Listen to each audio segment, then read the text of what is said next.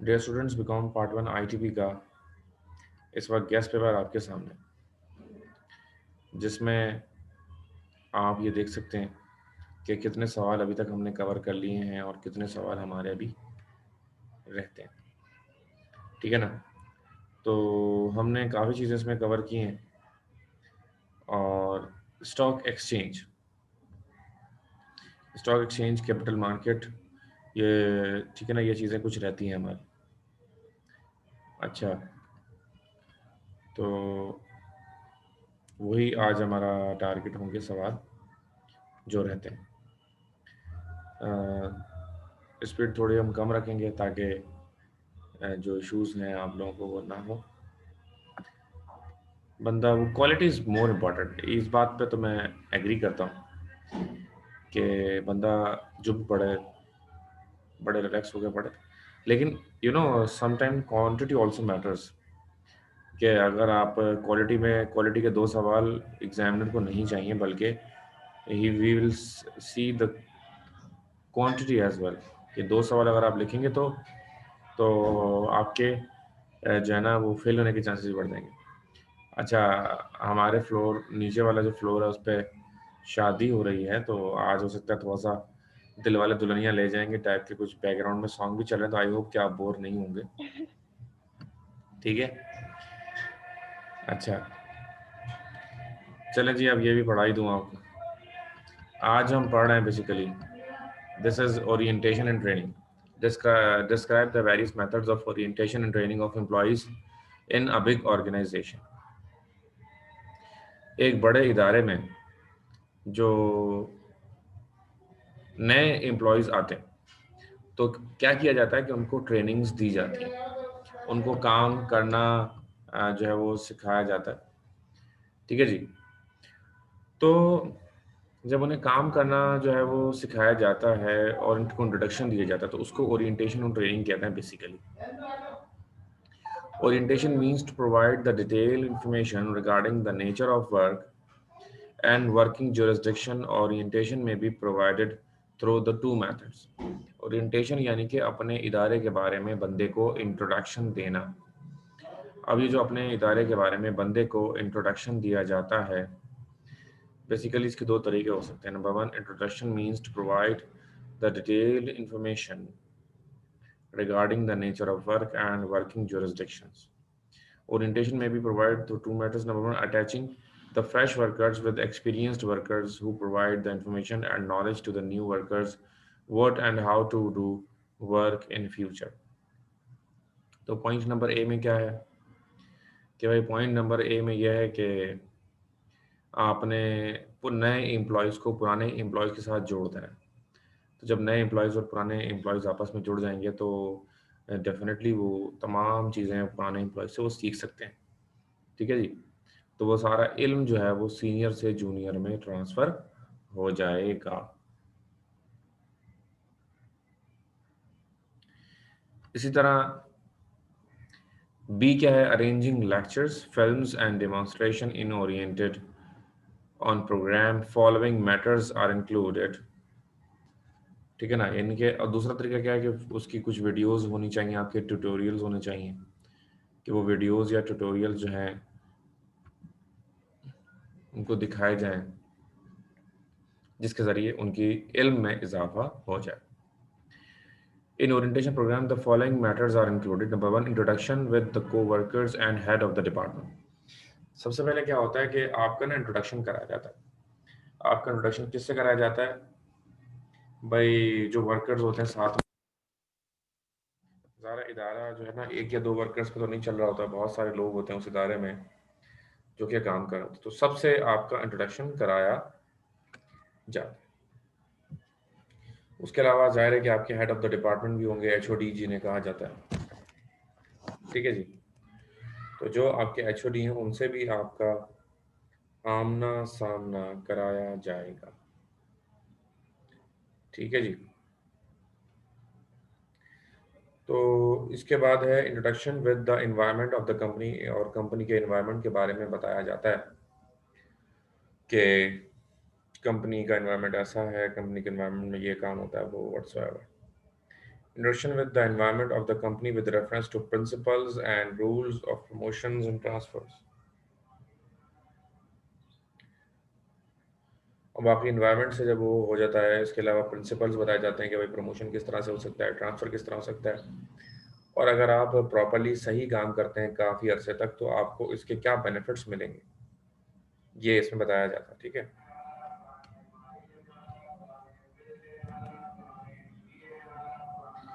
इसके बाद introducing with general policies rules and regulations of the company. कुछ general rules policies होते हैं वो बताए जाते हैं। Introducing with expected facilities of the workers like bonus, wages, अगर बोनस मिलेगा, ओवर टाइम मिलेगा, वेजेस मिलेंगी, वो तमाम बातें भी बताई जाती हैं। इसके बाद इंट्रोडक्शन विद द रिक्रिएशनल, उसके अलावा जो उनकी इंजॉयमेंट की पॉलिसीज होती हैं, यानी कि बंदों को एंजॉय कराना भी बहुत ज़रूरी होता है अगर आप उनसे काम लेना चाहते हैं। तो रिक्रिएशनल फैसिलिटीज़ जो होती हैं उसके बारे में भी आगाह किया जाता है। Number 7, orientation is followed by training of newly employed employers. ठीक है ना, ओरिएंटेशन दी जाती है कि भाई किस तरह से आप फर्दर काम करेंगे। ट्रेनिंग की काइंड्स होती हैं जो कि आपके सामने। Introduction of training, training about rules regulations. ठीक है ना, सबसे पहली जो टाइप है काइंड्स ऑफ ट्रेनिंग के अंदर, उसमें ये बताया जाता है कि आपने बेसिकली क्या क्या काम करने, क्या क्या आपकी ड्यूटीज़ होंगी जो आपने परफॉर्म करनी। Training of personal policies of the company, training about the activities of the company. और क्या जी, एक्टिविटीज़ ऑफ द कंपनी के बारे में बताया जाता है कि हमारी कंपनी में ये तमाम एक्टिविटीज़ होती हैं जो हम फॉलो करते हैं। अच्छा, training for ordinary jobs.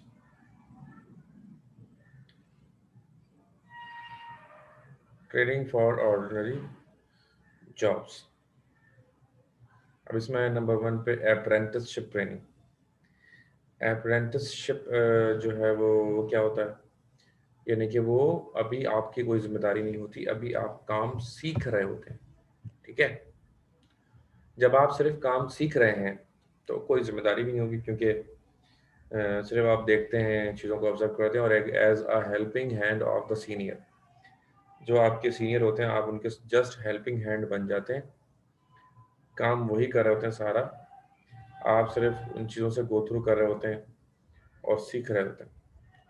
On the job training, फिर आपकी कुछ जॉब ऐसी होती है जिसमें ऑन द जॉब ट्रेनिंग, यानी कि जॉब पर आपको लगाया जाता है और फिर जो है ना ट्रेनिंग ली जाती है। इसके अलावा फोरमैनशिप ट्रेनिंग। फोरमैनशिप ट्रेनिंग क्या होती है जी? फोरमैनशिप ट्रेनिंग ये है कि जैसे अभी के इलेक्ट्रिक ने निकाली है, इसकी बेस्ट एग्जांपल के इलेक्ट्रिक है। अभी उन्होंने जॉब का एडवर्टाइज दिया है कि भाई आए, हम आपको काम सिखाएंगे भी और 18,000 रुपये देंगे स्टार्टिंग में, लाइनमैन के तौर पर बच्चों को वो भर्ती कर रहे हैं। 18 साल जब से कम बच्चों को, और उनको ट्रेन किया जाएगा तो कैसे दबंग वो बच्चे निकलेंगे आने वाले वक्तों में। इसके बाद है training of for particular jobs. कुछ स्पेशलाइज्ड ट्रेनिंग्स होती हैं जो एक पर्टिकुलर जो है ना आपकी जॉब से उसका ताल्लुक होता है। ठीक है जी। इसके अलावा training for high and professional jobs, flying squadron method, internship, supervision, ये अंडर, ये जो बाकी जो है नंबर 3, इसमें 2 लिखा हुआ है, इट इज 3 बेसिकली।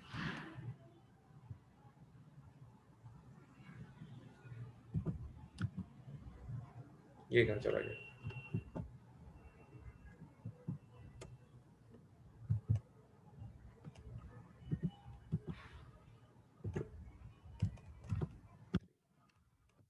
ठीक है ना, तो नंबर 3 में क्या है, training for high and professional jobs. जो हाई और प्रोफेशनल जॉब्स होती हैं उनकी ट्रेनिंग के बारे में बताया गया।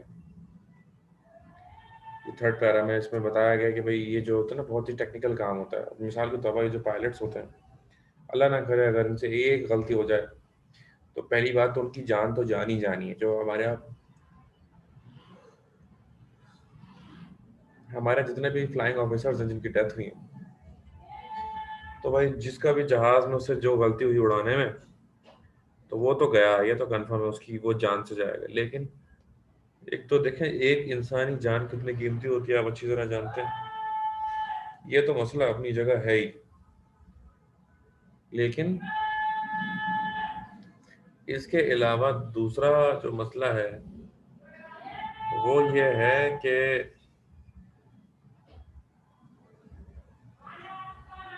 वो जहाज जिसमें वो ट्रैवल कर रहा था वो भी तो गिर जाएगा। और जब वो जहाज गिर जाएगा तो उसकी कॉस्ट बिलियंस अरब रुपए में होती है। 1 अरब रुपए आप कब तक जमा कर लेंगे? अगर आपकी 25,000 रुपये सैलरी लग जाएगी, जरा मुझे बता दें। ठीक है जी। अच्छा, इसके बाद है what do understand by human resource management. इसका पहला पैरा नहीं करना होता है। ह्यूमन रिसोर्स मैनेजमेंट के बारे में पहले सवाल थोड़ा सा एक्सप्लेन करता हूँ, ठीक है ना। भाई ह्यूमन रिसोर्स मैनेजमेंट किसे कहते हैं? Human resource management basically HR department होता है। उसका काम कहाँ से शुरू होता है? उसका काम जॉब पर रखने से लेकर जॉब से रिटायर करने पर ख़त्म होता है, ठीक है जी। जब वो जॉब पर रखेगा वहाँ से उसका काम शुरू होगा, और जॉब पर जब वो रिटायर हो जाएगा वहाँ तक उसका काम होगा। अब जॉब पर जब रखा जाता है तो एक मखसूस सैलरी होती है जी, ठीक है ना। तो सैलरी क्या होगी, ये तमाम चीज़ें उसमें आ जाती हैं, ठीक है ना। इसके बाद सैलरी के अलावा सही काम कर रहे हैं या नहीं ये नज़र रखना भी जिम्मेदारी किसकी है? ये नज़र रखना भी जिम्मेदारी है जी एचआर की। ह्यूमन रिसोर्स मैनेजमेंट इस चीज़ पर तवज्जो देता है, इस चीज़ पर नज़र रखता है कि आप सही काम कर रहे हैं या नहीं, ठीक है जी। इसके बाद है, इसके बाद ओवरऑल ह्यूमन रिसोर्स एक्टिविटीज़ हम पढ़ेंगे एक एक करके। तो ये 7 बेसिकली होती है। अच्छा, मैं इसकी मार्किंग करूंगा, मेरे पास थोड़ा लेंथी लिखा हुआ है तो इसलिए मैं मार्किंग करूंगा, आपके पास भी यही है आई थिंक। तो सबसे पहला determination of needs. Determination of needs का मतलब ये है कि सबसे पहले इसमें ये देखा जाता है, अंदाज़ा लगाया जाता है कि कितने बंदों की ज़रूरत पड़ेगी, ठीक है जी। How many people are required, कितने लोगों की ज़रूरत है, ठीक है जी। तो जितने लोगों की ज़रूरत होती है उसी हिसाब से इसको देखा जाता है, ठीक है जी। उतने ही लोगों के लिए ऐड अखबार में दिया जाता है कि हमें इतने लोगों की ज़रूरत है, सही है जी। तो डिटर्मिनेशन ऑफ नीड्स में effective management first determines the need for personnel before it makes decision to hire. There is a tendency that management values some positions more than others. ठीक है जी। डिटर्मिनेशन नीड्स कुछ ऐसी seats होती हैं जिस पर बंदा जो है ना वो फौरन हायर कर लिया जाता है। कुछ ऐसी सीट्स होती हैं जिस पर बंदा क्या कर लिया जाता है, फौरन हायर कर लिया जाता है, ठीक है जी। लेकिन कुछ ऐसी सीट्स होती हैं कि थोड़ा टाइम अगर वो खाली रहे तब भी कोई मसला नहीं होता।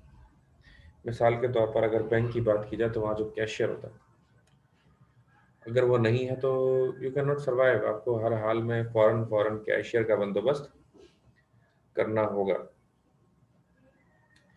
क्योंकि बगैर कैशियर के वो कारोबार नहीं चल सकता। इसी तरीके से टीचर के बगैर कोचिंग सेंटर स्कूल नहीं चल सकता। इसी तरीके से पायलट्स के बगैर जहाज़ नहीं उड़ सकता, ठीक है जी। तो ये तमाम कुछ ऐसे बुनियादी तौर पर, लेकिन अगर स्वीपर आज नहीं आया है तो कल आ जाएगा। उसके लिए तो आप फिर भी जो है ना, डॉक्टर नहीं है अस्पताल में तो वो नहीं चल सकता अस्पताल इस तरह। तो some seats are more important and some seats are less important, ठीक है। The management should avoid such a discrimination. The management should avoid such a discrimination. In the following are some approaches to evaluate jobs. Number A, comparison method. It is based on guesswork. In this method, comparison is made between what the company is paying for a particular position and what the industry is paying for the same position. ये तो salary के ऊपर होता है, लेकिन अगर हम इसको यहीं क्लोज करना चाहें तो देखें, मैं तो आपको यही कहूँगा कि इसको यहीं बस क्लोज करें।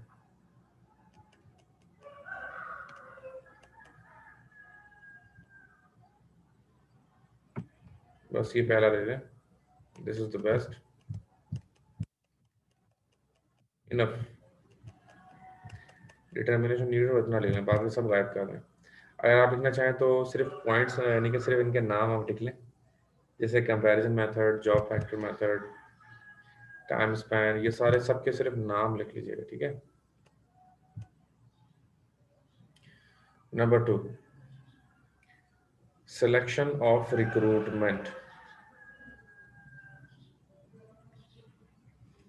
Once the need has been determined, recruiting starts। जब नीड जो है वो डिटरमाइन हो जाती है तो रिक्रूटिंग क्या हो जाती है जी, स्टार्ट हो जाती है। जब नीड डिटरमाइन हो गई तब रिक्रूटिंग क्या हो जाएगी, स्टार्ट हो जाएगी। Recruiting refers to inviting applications from prospective candidates. According to Fulmer, selection precedes recruitment because if selection methods are not preset, the recruiting process will fail. अब सिलेक्शन एंड रिक्रूटमेंट ये of नहीं होना चाहिए यहाँ पे मेरे हिसाब से, तो आप देखें आपके पास क्या लिखा हुआ है, I change it to and. देखें रिक्रूटमेंट जो है ना प्रोसेस ऑफ सिलेक्शन का नाम होता है। जब तक आप फैसला नहीं कर रहे तो सीवीज आने से लेकर और फाइनल बंदे के सिलेक्शन से पहले पहले जो सारे काम आप कर रहे होते हैं, they all are the part of recruitment. लेकिन जब आप फाइनली बोलें कि हाँ भाई ये बंदा है जिसको मैं जॉब पर रखूंगा, तो डेट इज कॉल्ड सिलेक्शन, ठीक है। इसके बाद है ओरिएंटेशन एंड ट्रेनिंग, वो तो मैंने आपको अलग से बता ही दिया, लेकिन अगर इस वो क्योंकि ओरिएंटेशन एंड ट्रेनिंग मैंने अलग से भी क्यों पढ़ाया आपको, क्योंकि ओरिएंटेशन एंड ट्रेनिंग अलग से भी सवाल आता है, देयरफॉर वी नीड इट, ठीक है जी। ये हो जाएगा, ये हो जाएगा।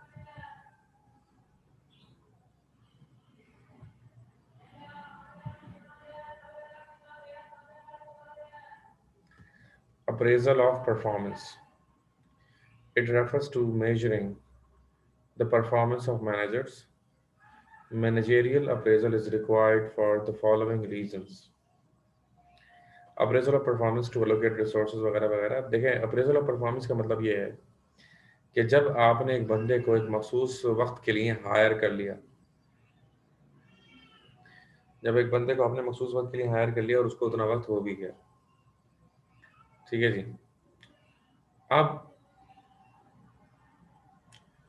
एक अरसे बाद उसकी परफॉर्मेंस को जज किया जाएगा कि ये बंदा जिस जो जो तमाम उम्मीदें लेकर हमने इसको जॉब पर रखा था, ये वो तमाम उम्मीदें पूरी कर रहा है या नहीं कर रहा, ठीक है। ये वो तमाम उम्मीदें पूरी कर रहा है या नहीं कर रहा। अगर ये तमाम उम्मीदें पूरी कर रहा है तो ठीक है, लेकिन अगर नहीं कर रहा है तो फिर हमें थोड़ा सा उसको देखना पड़ेगा। चलिए, ये कितना करेंगे, पॉइंट नंबर ई तक ये कर सकते हैं। ये मैं इसको भी हाईलाइट कर रहा हूँ।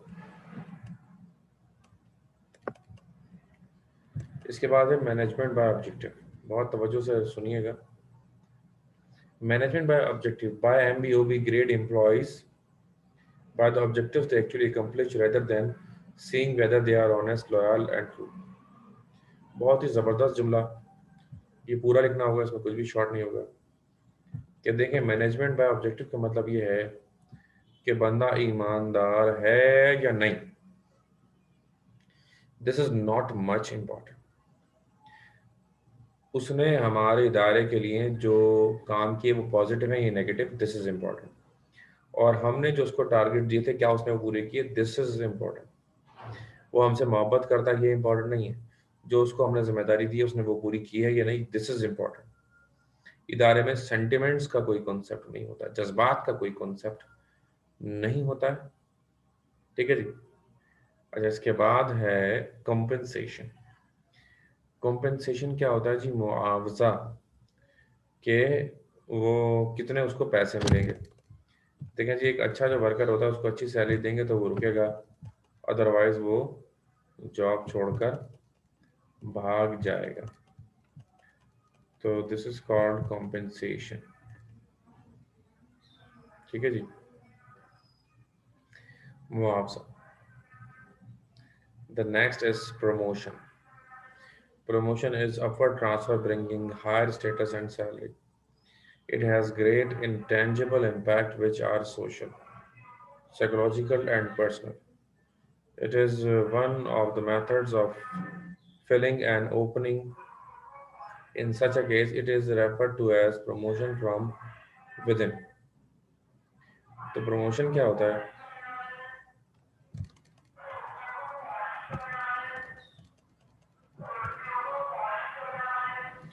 Promotion is upward transfer। देखें, जब आप एक ही सीट पर एक अरसे तक रहेंगे तो आपको वो सीट बुरी लगने लगेगी। तो it is very important to change the seat. ये वो ज़रूरी होता है कि इंसान की चेंज चीज़ है सीट में। फिर उसमें नया जज्बा आता है, नई राहें उसके आगे खुलती हैं। इसके बाद है सेपरेशन। सेपरेशन आप लोगों ने सुन ही लिया हुआ इस उम्र तक तो, लेकिन यहाँ पर वो सेपरेशन का मतलब बंदों की अलहदगी नहीं है, बल्कि इदारे से बंदे की अलहदगी। सेपरेट किस तरह होता है, बंदा रिजाइन दे देता है, डिस्चार्ज कर देते हैं उसको, रिटायर कर देते हैं, डेथ हो जाती है, निकाल देते हैं, टर्मिनेट कर देते हैं। ठीक है ना, ये तमाम वजह हैं। तो ये भी HR देखता है सारे मामला। ठीक है ना, ये पूरा पैरा होगा, यहाँ पर ये सवाल कंप्लीट हो गया। बस अब यहीं तक आज। ठीक है जी, अगली क्लास इंशाल्लाह 1:30 बजे शुरू करेंगे। थोड़ा ज़्यादा टाइम लेंगे अगली क्लास में, 1:30 बजे शुरू करेंगे। आप मुझे याद भी दिलाएंगे कि मैंने आपको 1:30 बजे आधे घंटे पहले बुलाया। ठीक है जी, अपना बहुत ख्याल रखिएगा। और अगर कोई सवाल हो तो आप मुझसे एनी टाइम पूछ सकते हैं, व्हाट्सएप पर कॉल करके। ठीक है ना, चलें, सी यू इंशाल्लाह ऑन सैटरडे। ठीक है, अल्लाह हाफ़िज़।